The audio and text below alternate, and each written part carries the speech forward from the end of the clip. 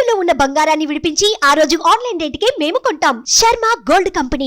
నమస్కారం, సుమన్ టీవీకి స్వాగతం. ఈ డిసెంబర్ మాసం ద్వాదశ రాశుల వారికి ఎలా ఉండబోతుంది, ఈ ద్వాదశ రాశుల్లో నవగ్రహాల సంచారం ఎలా ఉంది, ఎటువంటి ఫలితాలని ఈ రాశుల వారికి అందించబోతుంది, ఈ విషయాన్ని తెలియజేసేందుకు మనతో పాటు ఉన్నారు ప్రముఖ జ్యోతిష్య రత్న, జ్యోతిష్య చక్ర వైభవ నిపుణ డాక్టర్ రాళ్లపల్లి రవికుమార్ గారు.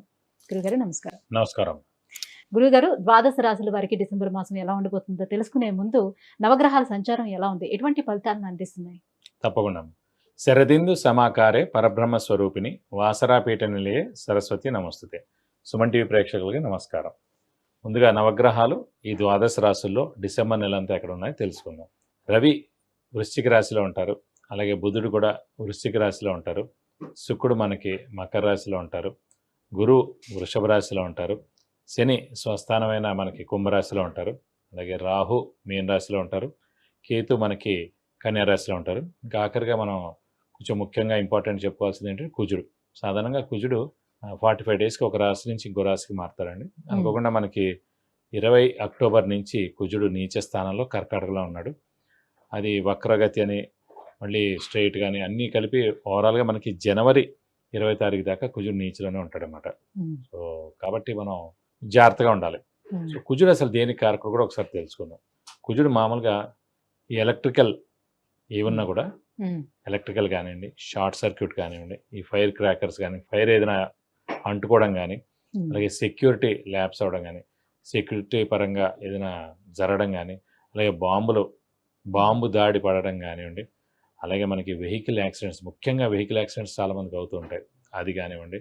అలాగే పోలీసుల వాళ్ళు కూడా అనవసరంగా ఫైరింగ్ జరగడం, పోలీసులు కూడా కొంతమంది చనిపోవడం కానివ్వండి, అంటే వాళ్ళకి చాలా గాయాలు అవడం కానివ్వండి, ఇలా అన్నీ కూడా జరుగుతుంటాయి. అంటే కుజగ్రహం బాగలేకపోవడం వల్ల జరిగే మామూలుగా కుజుడు రాహుతో కలిసిన, కుజుడు నీచలో ఉన్న ఇవన్నీ జరుగుతాయండి.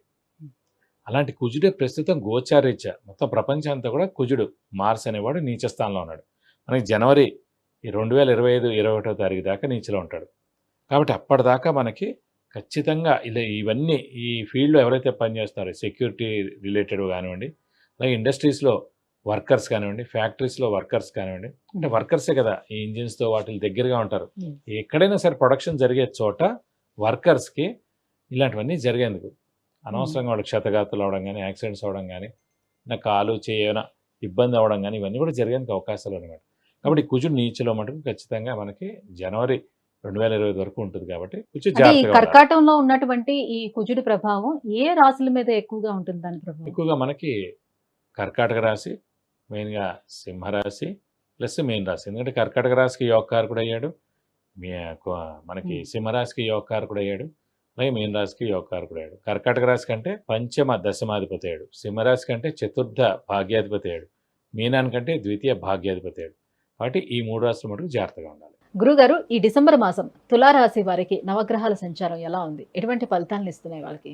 తులారాశి అనగా మనకి చిత్త 3-4 పాదాలు, స్వాతి 1-2-3-4 పాదాలు, విశాఖ 1-2-3 పాదాలు, ఈ నక్షత్రాల సమూహం మనకి తులారాశిలోకి వస్తుంది. ఈ రాశి వారికి ప్రస్తుతం శని బలం బాగుంది. మీరు అనొచ్చు 3, 6, 11 స్థానాల్లో ఉంటేనే శని బాగా యోగిస్తాడు. కరెక్ట్గా 5వ స్థానంలో ఉన్న కూడా స్వస్థానం అయింది. ఆ స్వస్థానం కన్నా ముఖ్యంగా తులారాశికి యోగకారకుడే శని.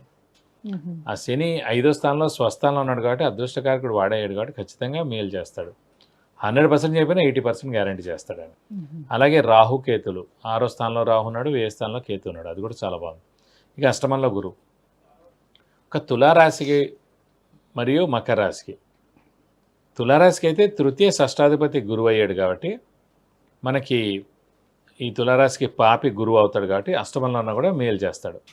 అలాగే మకర రాశి కూడా అంతే అండి, మకర లగ్నం కానీ తృతీయ వ్యయాధిపతి గురువు అయ్యాడు కాబట్టి ఏ రాశిలో ఉన్నా కూడా వాడు మేలే చేస్తాడు, వాడు పాపే అవుతాడు. కాబట్టి 3వ స్థానాధిపతి, 6వ స్థానాధిపతి, 11వ స్థానాధిపతి పాపులు అంటారండి. ఇక్కడ తృతీయాధిపతి షష్టాధిపతి అయ్యాడు కాబట్టి తులారాశికి పాపి అయిన గురువు అష్టమంలో ఉన్నాడు కాబట్టి మేలే చేస్తాడు, నష్టం పరచడు, 50% మేలు చేస్తాడు. కాబట్టి గురువు కూడా బలంగా ఉన్నట్టే చెప్పుకోవాలి. అంటే శుభాలను చేయలేకపోవచ్చు. ఇప్పుడు చిన్న బండి కొనడం, గోల్డ్ కొనడం, ఇంట్లో ఏదైనా వస్తువు కొనడం వేరు. శుభం, మెయిన్ శుభం అంటే ఏంటి? సంతానం కలగడం, ఇల్లు కొనడం, అలాగే పెద్ద వాహనం కొనడం, వివాహం అవడం, ఇవి మెయిన్. గురువు 2, 5, 7, 9, 11 స్థానాలు వచ్చినప్పుడే చేస్తాడు. అష్టమంలో గురువు ఉంటే చేయడు. కాబట్టి చిన్న చిన్న వస్తువులు కొనడం, ఇంట్లో కొత్త ఐటమ్స్ కొనడం, ఇలాంటివన్నీ జరిగేందుకు అవకాశాలు ఉన్నాయి. అదృష్టం మటుకు పరిపూర్ణంగా ఉందని చెప్పుకోవాలి. అలాగే రాశ్యాధిపతి అయిన శుక్రుడు చతుర్థ స్థానంలో చాలా బాగుంది. ఇక్కడ హార్డ్ వర్క్ కూడా 80% చాలా బాగుంది. అదృష్టం బాగుంది. దైవబలం ఒకటి కొంచెం తక్కువగా ఉంది. కాబట్టి ఖచ్చితంగా వీళ్ళు కూడా బాగా కష్టపడతారు కనుక తప్పకుండా మంచి పనులు జరుగుతాయి వీళ్ళకి కూడా. నెక్స్ట్ ఏడాది నుంచి గురుబలం భాగ్యస్థానంలో వస్తుంది కాబట్టి మే నుంచి ఇంకా అద్భుతంగా ఉంటుందని చెప్పుకోవాలి. గురుగారు, ఈ ఎపిసోడ్లో ఏ స్టోన్ గురించి వివరిస్తారు? ఇప్పుడు మనం కనక పుష్యరాగం గురించి చెప్పుకుందామండి. కనక పుష్యరాగం అంటే కనుక గురువుది సంబంధించిన గ్రహం అనమాట. ఎల్లో సెఫైర్ అంటారు. అలాగే శ్వేత పుష్యరాగం అని కూడా ఉంటుంది. వైట్ అన్నమాట, వైట్ సెఫైర్. వైట్గా ఉంటే శ్వేత పుష్యరాగం, ఎల్లోగా ఉంటే కనక పుష్యరాగం అంటారు. గురువు సాధారణంగా ఏంటంటే దైవబలం, దైవానుగ్రహానికి సంబంధించిన గ్రహం. ఏ వ్యక్తి అయినా పెట్టుకోవచ్చు. ఇందాక చెప్పినట్టు తులా లగ్నం కానీ మకర లగ్నం వారు కానీ పెట్టుకోకూడదు. నేను వాడు పాపి అవుతాడు, వాడు పెట్టుకోక్కర్లేదు. వాడు ఒక్కటంటే గురువు గ్రహం నీచలో ఉన్నా 6, 8, 12 స్థానాల్లో ఉన్నా మనం కనక పుష్యరాగం పెట్టుకోవచ్చు. శుభగ్రహం కాబట్టి మేలే చేస్తుంది, నష్టపరచడు. ఎవరైనా పెట్టుకోవచ్చు సాధారణంగా పుష్యరాగం అనేది. ఒక తులా లగ్నం, మకర లగ్నం తప్ప. అయితే తులారాశి లేదంటే మనకి మకర రాశి తప్ప ఎవరైనా గురువు గ్రహానికి సంబంధించిన కనక పుష్యరాగం పెట్టుకోవచ్చు. కానీ ముఖ్యంగా మనం లగ్నం బట్టి చూడాలండి, రాశి బట్టి చూడకూడదు. కాబట్టి తులా లగ్నం, మకర లగ్నం కాని వారు ఎవరైనా ఏ స్టోన్ అయినా పెట్టుకోవాలి అని అంటే ఆ గ్రహం ఏదైతే వీక్ గా ఉంటుందో దానికి సంబంధించే పెట్టుకోవాలి అంతే. ఇప్పుడు ఏదైతే మనకు అనారోగ్యం చేస్తుందో దానికి సంబంధించిన వాళ్ళు ట్యాబ్లెట్ ఇస్తారు. సో అలాగే దీనికి కూడా వీక్గా ఉంది, వాడు మనకి మెయిన్ ప్లానెట్ వీక్గా ఉంది కాబట్టి పెట్టుకోవాలి. సో చెడ్డ ప్లానెట్ చెడ్డ స్థానంలో ఉన్నాడు, వాడిని పక్కకు పెట్టేయాలి. వాడు అసలు పెట్టుకోకూడదు. చెడుని ఇంకా ఆహ్వానించినట్టు అయిపోతుంది, బాగా ముదిరిపోతుంది ఆ ప్రాబ్లం. కాబట్టి శుభగ్రహమే కాబట్టి కనక పుష్యరాగం ఎవరైనా పెట్టుకోవచ్చు. ఎక్సెప్ట్ మనకి తులా లగ్నం అండ్ మకర లగ్నం వారు తప్ప మిగతా అన్ని లగ్నాల వాళ్ళు పెట్టుకోవచ్చు. చాలా మంది నవరత్నాలు స్టోన్స్ కూడా అవి మరీ చిన్నగా ఉంటాయి కాబట్టి అంత ఎఫెక్ట్ ఉండకపోవచ్చు. కానీ అందులో కూడా అప్స్ డౌన్స్ ఉంటాయి. వీలైతే అప్ అవ్వడం లేదంటే డౌన్గా అయిపోవడం అవుతుంది. ఎందుకంటే 9 గ్రహాలతో కలిపి ఒకటే దాంట్లో ఉంటుంది కదండి. సో ఇప్పుడు ఇన్ని పార్టీలు ఉన్నాయి, టీఆర్ఎస్, కాంగ్రెస్, బీజేపీ అందరినీ కలిపి ఒక రూమ్లో పెట్టామనుకోండి, పెద్ద యుద్ధం అయిపోతుంది మాట.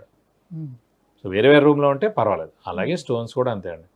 ఎవరు అవసరం వాళ్ళది ఉండాలి, ఎవరు అనవసరం వాళ్ళు దూరంగా పెట్టాలి. సో 9 పెట్టుకోవడం ద్వారా చిన్నదైనా కూడా ఎఫెక్ట్ ఒకసారి ఎక్కువగా అవుతుంది. కాబట్టి నవరత్నాలు పడతాయో లేదో చూసుకోవడం, ఆస్ట్రాలజర్ని కనుక్కోవడం, అలాగే పెట్టుకునే స్టోన్ కూడా అది ఒరిజినల్ అయ్యి ఉండాలి, కట్స్ ఉండకూడదు. ఫస్ట్ టైం పెట్టుకున్నప్పుడు ఒక అభిషేకం, అర్చన చేయించాలి, అది కూడా చేయించారు చాలామంది. సో పెడుతూ ఉంటారు, తీస్తుంటారు. ఏ దుర్ముహూర్తంలో పెట్టుకున్నారో, ఎవరైనా చనిపోయినప్పుడు అది పెట్టుకుని వెళ్తారు. ఆల్రెడీ వాళ్ళందరూ బాధలో ఉంటారు, చనిపోయిన ఇల్లు ఇవంతా. మనం వెళ్తాం, మనం అక్కడ దండం పెట్టుకుంటాం, లేకపోతే అందరినీ కలుస్తాం, ముట్టుకుంటాం. సో మన పవర్ పోతుంది అన్నమాట, స్టోన్ యొక్క పవర్. సో అందుకే అక్కడ అలాంటి చోట్లకి వెళ్ళినప్పుడు మన స్టోన్ తీసేసి వెళ్ళాలి. సిద్ధ తలస్నానం చేయాలి, మళ్ళీ మంచి ముహూర్తం ఇన్ ద సెన్స్ వర్జన్ దుర్ముహూర్తం లేని సమయంలో మళ్ళీ స్టోన్ పెట్టుకోవాలి. సో చాలా మందికి చాలా అలవాట్లు ఉంటాయి. తీసి పెట్టిన ప్రతిసారి వర్జన్ దుర్ముహూర్తాలు చూసి పెట్టుకుంటే మంచిది. ఇప్పుడు మనం వర్జన్ దుర్ముహూర్తంలో ఏ పని చేయట్లేదండి. ఒక ఉద్యోగం జాయిన్ అవ్వాలి, ఒక ఫస్ట్ టైం స్కూల్కి వెళ్తున్నారు, అలాగే ఏ పని చేసినా ఫస్ట్ టైం చేసేటప్పుడు వర్జన్ దుర్ముహూర్తం చూసుకుని చేస్తారు. కానీ ఇది చాలా ఇంపార్టెంట్ కూడా, ఇది కూడా స్టోన్ అనేది కూడా.